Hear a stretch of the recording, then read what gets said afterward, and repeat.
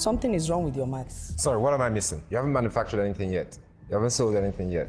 The company is worth 200 million naira, asking us for 20 million naira for 10%. Why should we give you that money? Done is to build an hungry team that could design any high technological product.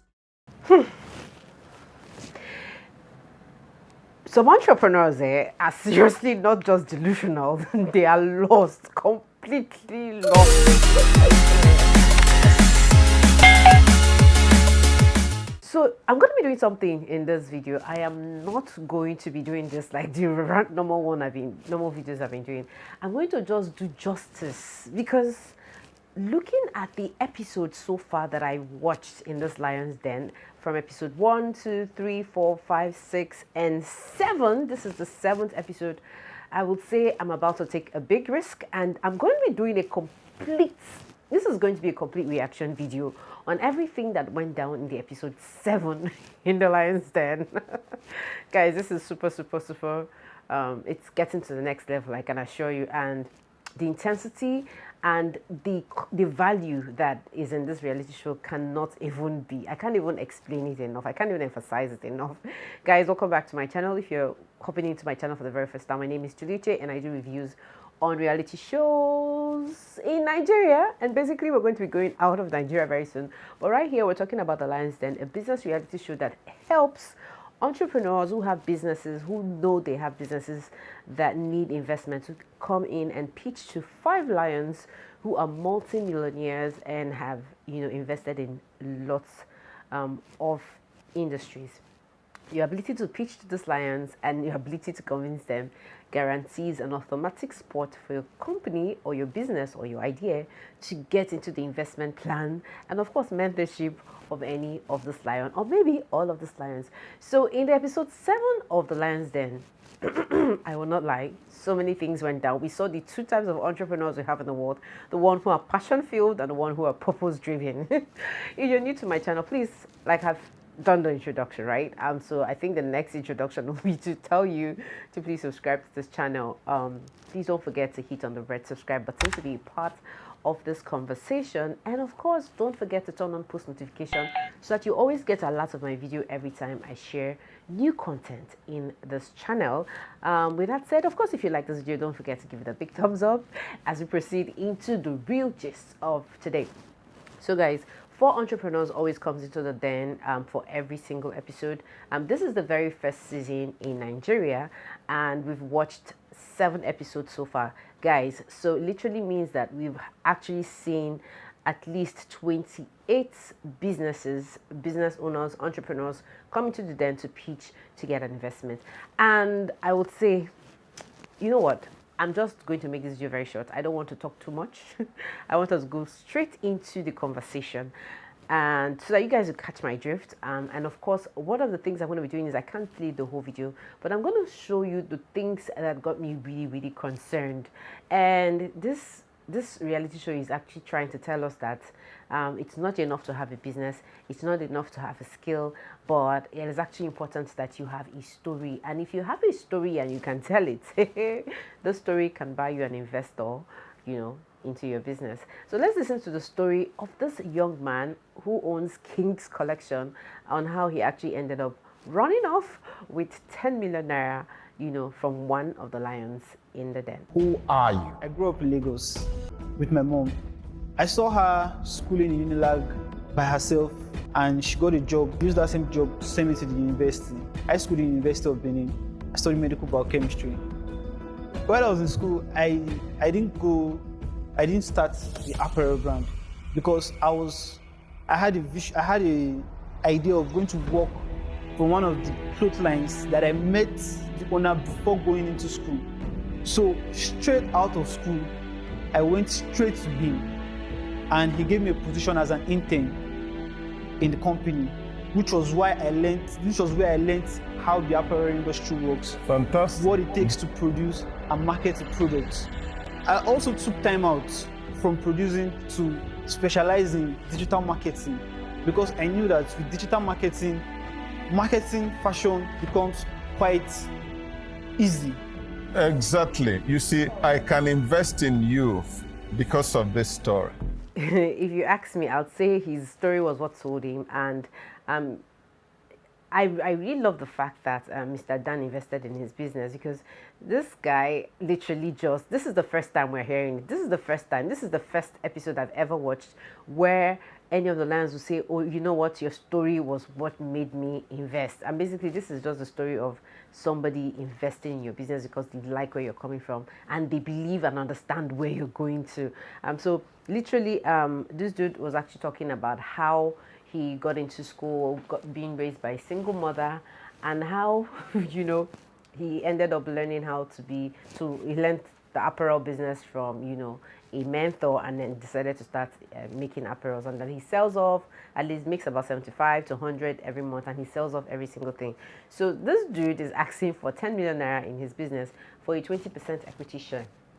And there were thousands of questions, guys, thousands of questions flooded his like a lot of questions flooded him, were thrown at him. And I will not lie, this revelation by in fashion, it has to be a minimum of times 3. A fashion entrepreneur, just pay good minimum attention times so 3. that you don't end up losing out from a business. So it simply means that all fashion entrepreneurs, please take notice. This is service announcement. This is business alert. If your business is not making at least a minimum of times 3x, then you don't have a business in the fashion industry. So basically, we now understand why some brands are selling are calling themselves luxurious brand, because basically you just have to have at least 3x, 4x, 5x, 10x into your business to know if it's profitable. Because when Mrs. Adenike said that, I was like, okay, I took home something today. And basically, I was very, very excited, even though Mrs. Adenike did not I'm very sure that one of the reasons why she felt she didn't want to invest in business was she knew she was going to burn herself out, and she didn't have that energy, basically. So it was quite understandable. A lot of all this other lions made their excuses, but guys, I was very, very excited that this young man, who was really working hard, who looked like he knew what he wanted, you know, got this investor to invest in his dream. Guys, after that, we saw 4 entrepreneurs come into the den. The first person had a fashion business. The second person had a manufacturing business. Oh my goodness. Like, I can't even lie. Everything about this episode is hilarious. Guys, listen for yourselves. You're asking me to buy into a 200 million naira company. What is the 200? Where is the 200 million? The kind of structure we are trying to run is a structure that is not selfish. How do I mean that it's not selfish? He asked you a direct question. Sorry, let me It's a question that you answer with numbers. Yes. You know, where is the beef? I didn't just come up with this project. I grew up discontent and unsettled with the Nigerian system.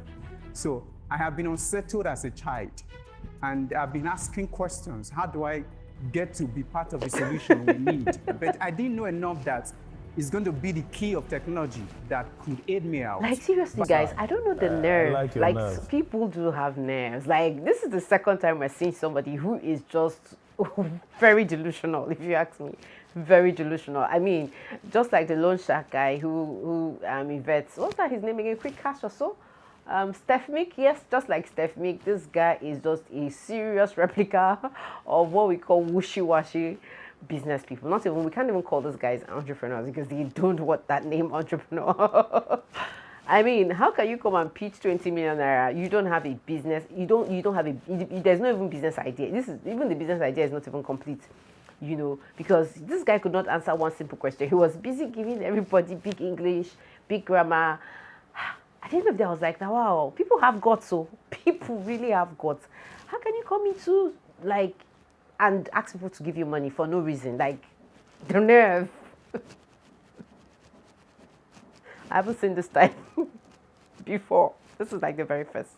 But I'm very, very happy that these lions don't even mince their words whenever they are trying to, you know, talk some sense into these people. I mean, Bolaji is one person I also look out for his conversation and his questions. Of course, he said, I do believe you have a manufacturing business, but you know, one thing you need to look out for is probably you're in the wrong business. Because, guy, This guy said he had worked in a hotel as a night supervisor. He had a medical laboratory experience, and that he wanted to manufacture POS. I mean, and okay, no prototype. You've not done anything. You're just building a team of hungry people that want to scam people, Abi. Because it was literally very crazy. I don't even know why Kiara had to take his time to talk, because I felt he was the one that was supposed to give the serious bashing to this guy. Because literally everything he said was really sounded very scandalous. I will not lie. And this should be a warning to a lot of people who feel they have businesses.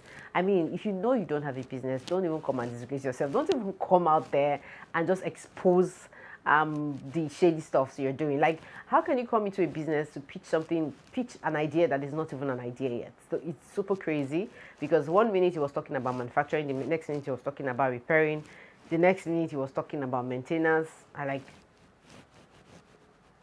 guy, basically I was like, next. I'm tired of this guy already. Now, the third entrepreneur we saw in the den was this very, very sumptuous guy, the founder, CEO of F501 Confectionary. So this guy came all the way from Yankee to Nigeria to start a chin business, guys. Listen to this conversation. We launched our business in October 2020. We've done a little over 5 million, and our profit margin is 25%. We've currently got about 50 stores that we do supply to, and we also supply distributors in open markets. Clearly, this guy knows his calculation. He understands what he is there to do, and he understands the assignments. And, you know, looking at the compliments from the Lions, everybody, like, really did say this chin tastes good. Like me, I personally don't know how to eat chin. Like, I don't even know how to eat that thing. But you know what? I'm going to be looking up for Reditos Chin, and I'm going to buy it.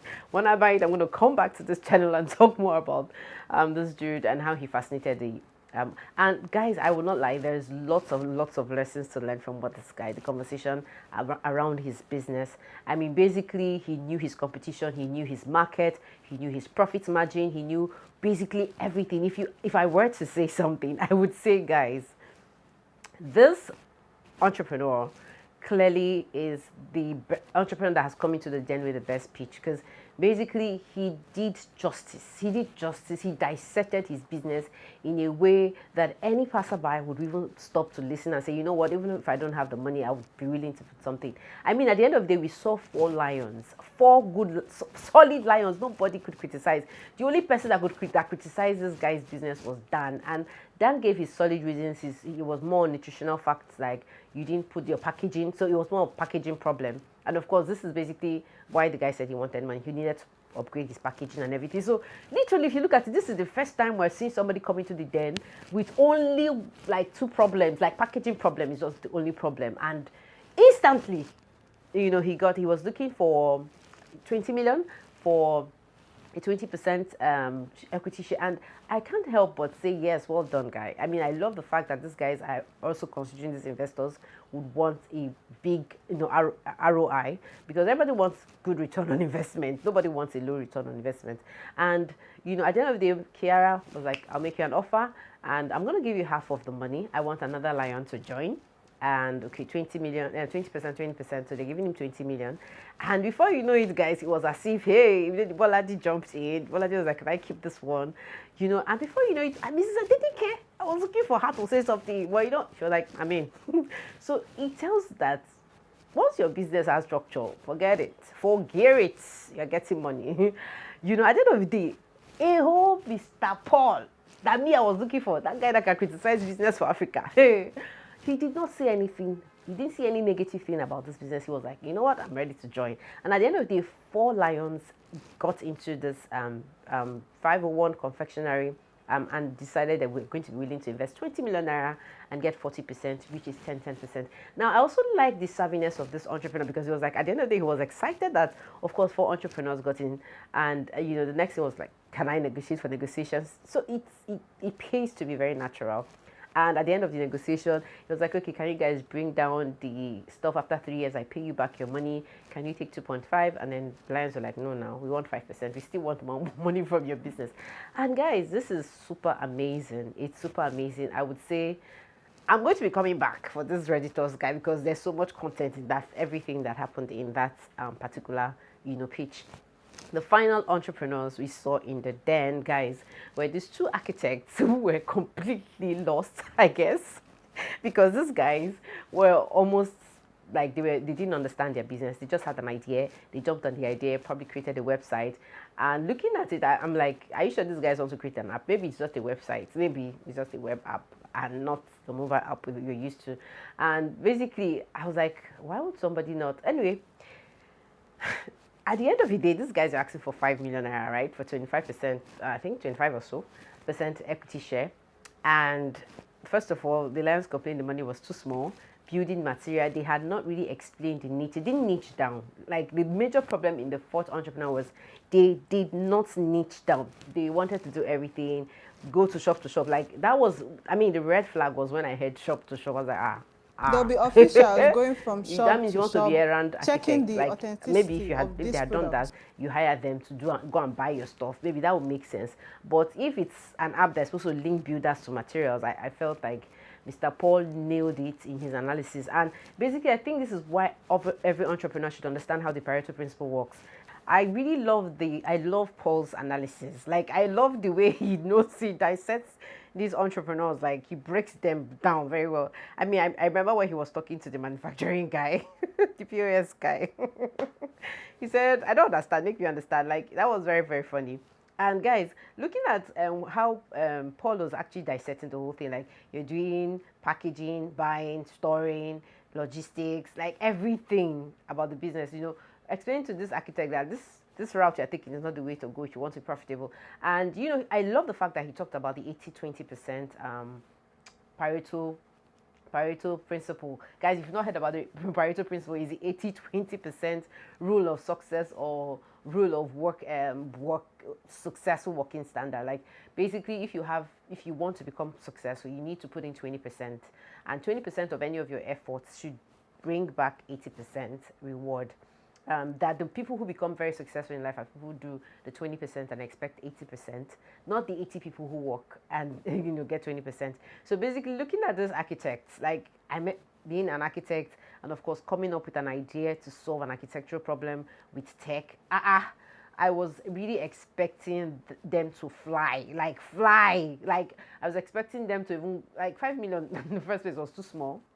And I was really expecting them to get it, but seriously, they had almost everything wrong about their business. And I'm looking at it, this actually sells a lot. It tells a lot about the benefits of niching down to solving just particular problems. Because, I mean, at the end of the day, she got us all confused. We didn't understand whether they were just going to be the intermediary or they were going to be the people that were doing the buying. So it wasn't really, it was just confusing. And the other facts where, I mean, these lions are always used to asking entrepreneurs, do you collect a salary? Do you earn a salary? Because I feel like this question is so important to most of us who have business, because basically if you are paying yourself salary, I think it will motivate you to work. And of course, when you look at the fact that, hey, you know what, if I don't work, I'm not going to earn money this year, might actually propel you to work more into your business. So I think this mediocre standard of, hey, I don't pay myself from my business. I mean, I think probably these lions are saying it needs to end. So basically when they ask this guy, do you earn salary? He said, no, everything back into the business. And then they ask the lady, okay, what if this app makes money and then it's worth 2 billion naira? So what's going to happen? And the guy walks here, he says he's not working again. She said, I'm going to change software developer. I beg, if this is how easy it is to get a software developer, I'm looking for a software developer. Let me use this moment to actually pitch the one that is disturbing me. Because at the end of the day, there was so much sense in everything the lion said. I mean, it goes a long way to say that most entrepreneurs do not even understand the concept of food in their business. Because I believe that for you to have a business, you should be thinking of food. And when you're thinking about food in your business, you should be thinking about your foundation. I mean, where you're coming from, your story. I mean, this is the first time we're seeing the first guy, guys, actually got sold out, got bought over because he had a story. And that story was what built his foundation. And from there, he structured the business. So your foundation matters a lot. Your story, this last set of architects. They didn't come with the story. Like, her pitch was zero. Just like, it was annoying. I mean, I didn't even hear the amount she was pitching for. It was until Mr. Dan asked, how much are you pitching for again? So it was not like she just came just because there's business opportunity for you to pitch your business for investors to get in. Like, I really didn't understand her concept of presenting the business. It was just a passion-based business, clearly, and I think that is why a lot of entrepreneurs, you need to be coming out of that passion. I'm doing this business because of passion. Like, you just need to end it. Like, I think I learned it the hard way, guys, and basically, I think all of us, we just need to take home something from watching all these episodes. It's not enough to laugh over it, but it's enough to get the message at the end of the day. And the message is, the food in your business has to come in. Your foundation matters, organization matters. You need to know your customer base, you need to know your target, you need to know your structure, you need to know your revenue, your margins. Like, if you have this organization right, you need to have your team right. I mean, when you have these things right, there is basis for growth, And then looking at the other, you need to know the obstacles behind what's going to stop you from achieving this thing. I mean, when you have your foundation, and of course you've organized yourself, you know the organizational structure at which you want your business to take from 0 to 10 years, 20 years, 100 years. And then, of course, you can look at the obstacles and have these questions down. Know these things, because they're going to ask you questions, and you should be able to give back responses to them. And then, of course, the design portfolio. At the end of the day, just work on yourself, and then you're looking for somebody to help you develop your dream or your business. I seriously think that entrepreneurs need to stop living this passion. This passion thing is a scam. Like, if you keep on working on your passion, I swear, passion has made a lot of people broke. It will still make a lot of entrepreneurs broke. So I think it's actually important that we understand that it's not just about the work, but we need to understand our work and work our purpose, in our business. Because if we look at the popular questions that these lions are asking, they're asking for very sensitive questions. They're asking for story. You need to have a story. There needs to be a motivation. What is the motivation? What is driving you? You need to understand the breakdown of what you want to use the money to do. You need to do your estimations right.